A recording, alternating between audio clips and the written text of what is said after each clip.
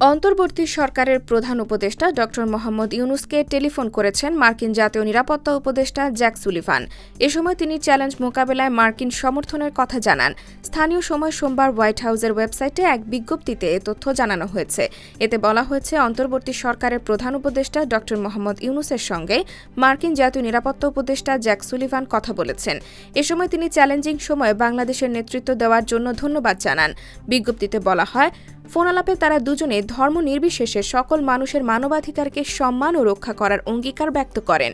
এছাড়া সমৃদ্ধ, স্থিতিশীল এবং গণতান্ত্রিক বাংলাদেশ গঠনে মার্কিন সমর্থন পুনর্ব্যক্ত এবং বাংলাদেশের মুখোমুখি চ্যালেঞ্জ মোকাবেলায় অব্যাহত সমর্থনের কথা জানান মার্কিন জাতীয় নিরাপত্তা উপদেষ্টা।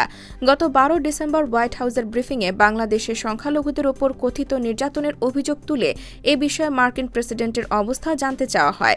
এ বিষয়ে আমেরিকার অবস্থান জানায় হোয়াইট হাউস। এ বিষয়ে হোয়াইট হাউস জানায়, যুক্তরাষ্ট্র বিষয়টি অত্যন্ত গভীরভাবে পর্যবেক্ষণ করছে।